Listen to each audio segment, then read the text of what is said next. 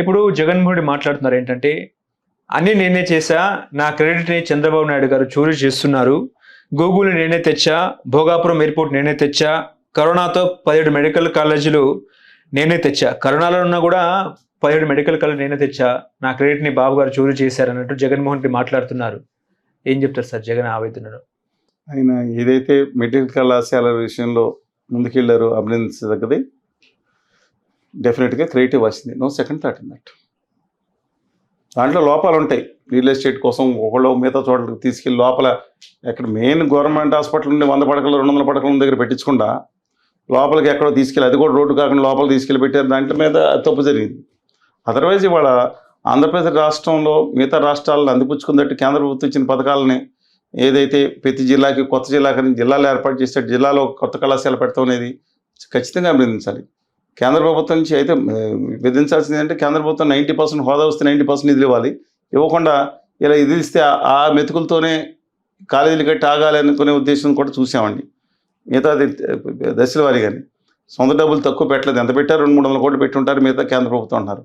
But anyway ఆయన దానికి అభినందించాలి. మిగతా స్కీమ్ ఏది చెప్పారు? Bhogapuram airport Google. ఏమండి, నేను విచిత్రంగా ఉంటుంది. భోగాపురం ఎయిర్పోర్ట్ అనేది ఎవరి దాంట్లో ఇనిషియేషన్ మొదలైంది? డెఫినెట్గా ఆ క్రెడిట్ చంద్రబాబు నాయుడు గారికి ఇవ్వాల్సిందే. కానీ దాన్ని భోగాపురం వేస్ట్ అని మన వీడియో వేయండి. ఎందుకు వేయరు మీరు? ఆల్రెడీ విశాఖపట్నం ఎయిర్పోర్ట్ ఉంటే భోగాపురం ఎయిర్పోర్ట్ దేనికి? దానికి దుర్మార్గం అని చెప్పి జగన్ గారు దిక్కులు పిక్కటిల్లా గర్జించి అక్కడ ధర్నాలు చేయలేదా?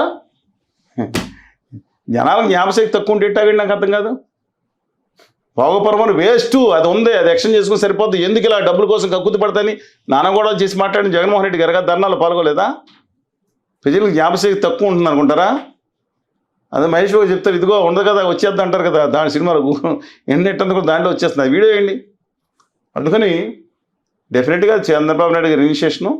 బట్ అధికారంలోకి వచ్చిన తర్వాత గంధి మల్లికార్జునరావు గారు కానీ లేదా ఎవరు కన్విన్స్ చేసినా కానీ మొత్తానికి తనకు అర్థమై దాన్ని ఒక స్టేజీకి సేకరణ విషయంలో ఆ స్టేజీ ముందుకు తీసుకెళ్ళింది జగన్మోహన్ రెడ్డి గారు. లెట్ us హ్యావ్ విత్ ఎవరి క్రెడిట్ వాళ్ళకి ఇవ్వాల్సిందే, డ్యూ క్రెడిట్. మన రాజకీయ పార్టీలకు సంబంధం ఉంటుందండి.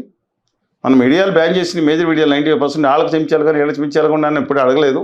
కానీ ఎందుకనో వాళ్ళంటే స్వతంత్ర వ్యక్తిత్వాలు నచ్చలేదేమో నాకు తెలియదు. Due respects I respect all the respects to journalist.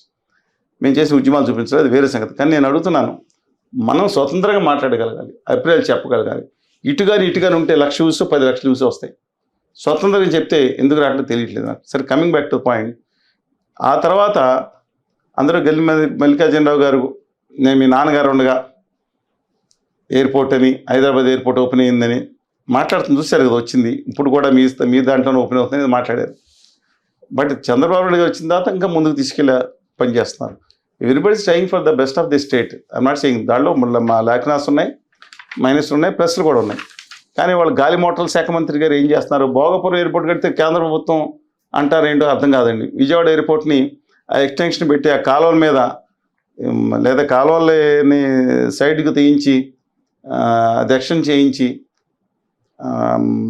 Under pass రన్వేని పెంచి రన్వే కింద నుంచి బస్సులు హైవే చేసుకోవచ్చు.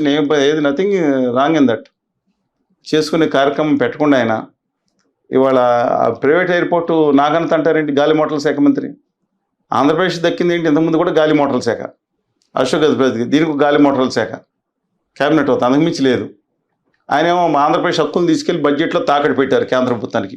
పోలవరం ప్రాజెక్టుని డెడ్ స్టోరేజ్ చేస్తే ఆంధ్రప్రదేశ్ ఏకైక క్యాబినెట్ మంత్రి మౌనంగా ఉన్నారు. ఆంధ్రప్రదేశ్కి నమ్మక ద్రోహం చేసే ఆ ఉత్తర భారతీయ జనతా పార్టీ బ్యాచ్లో చేరిపోయారు ఆయన అని ఆరోపిస్తున్నాను.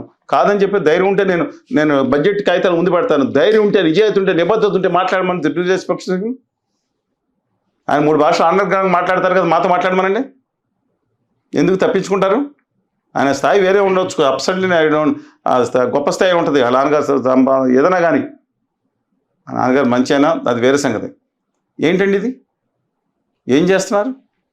అందువల్ల ఆదానిగా సెంటర్కి వద్దాం. ఆదానిగా సెంటర్కి ఎవరు శంకుస్థాపన చేశారండి? మొదటి చెప్పండి నాకు. చంద్రబాబు నాయుడు గారు.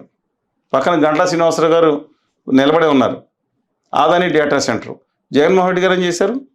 ఆదాని డేటా సెంటర్ని 300 MW తగ్గించి అది మైనస్ అయితే టెక్నాలజీ సాఫ్ట్వేర్ కింద వేలాది మంది ఉద్యోగులు వచ్చేటట్టు ఒక పాజిటివ్ ఆస్పెక్ట్ తీసుకున్నారు బోత్.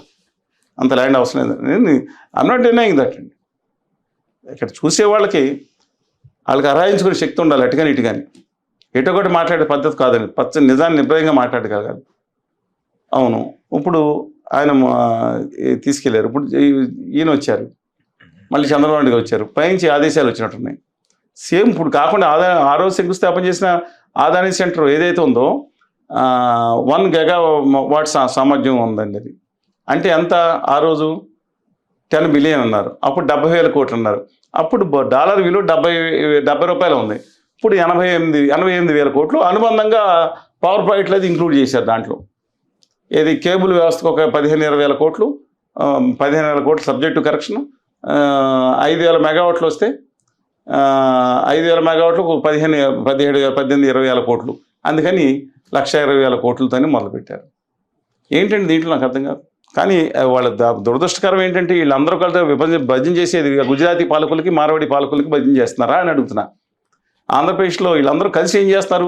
ఆదాని మొన్న వాళ్ళందరూ తిట్టారు, ఆదాని కాదు అది గుడ్డు లేదని. నేను మంచి చెడు రెండు చెప్పాను.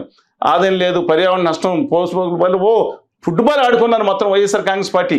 దిక్కుమాలి దరిద్రమైందని వెంటనే టెకెల్మని ఏ ఆదాని గారి దగ్గర నుంచో అక్షంతలు పడినట్టున్నాయి. టక్మని లేచిపోయి చిచ్చి ఆదాని సెంటర్ నేనే తీసుకొచ్చాను.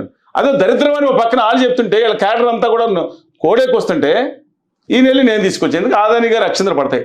భయం కదా, వణుకు. ఎస్, ఎవరండి వీళ్ళందరూ? ఇక్కడ సింహాలు. ఢిల్లీ వెళ్ళి ఆదాని గారు అంటే అర్థం కాదు, దాష్యం చేసేవాళ్ళు అర్థం.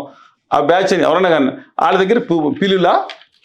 ఆంధ్రప్రదేశ్లో యువజనుల కోసం, విభజన హామీల హక్కుల కోసం లేదా రాయితీల కోసం సాధించకుండా ఆ సాధించుకొస్తే 10 లక్షల మంది యువత ఎవరికాళ్ళు ఉద్యోగాలు తెచ్చుకుని, ఎవరికాళ్ళు ఉపాధి పెట్టుకుని, ఒక ఇండస్ట్రీస్ పెట్టుకుని ఒక్కొక్కళ్ళు 10 మందికి ఉద్యోగాలు ఇప్పించే స్థాయికి వెళ్ళి ఈ దేశంలో తనకే, తన కుటుంబానికి, తన ఊరికి పేరు తీసుకొచ్చే అద్భుతమైన అవకాశాన్ని ఇవాళ ఈ ఉత్తర భారతీయ పాలకులకు తాకట్టు పెట్టారు కదా వీళ్ళు ముగ్గురు కలిసి.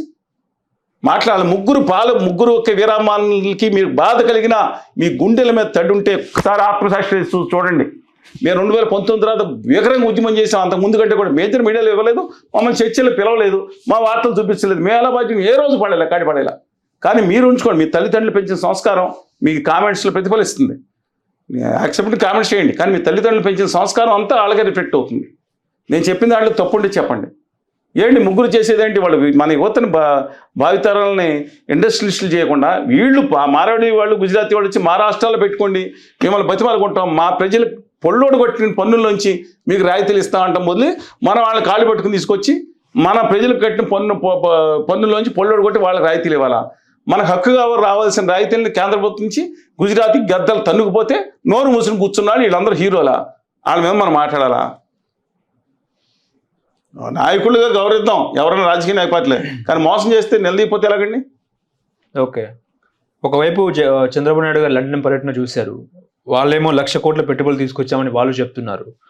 అంకెల రూపంలో చెప్పాలంటే 22,976 కోట్లతో ఇండి చిప్ సెమీ కండక్టర్ ప్లాంట్ తీసుకొచ్చాం.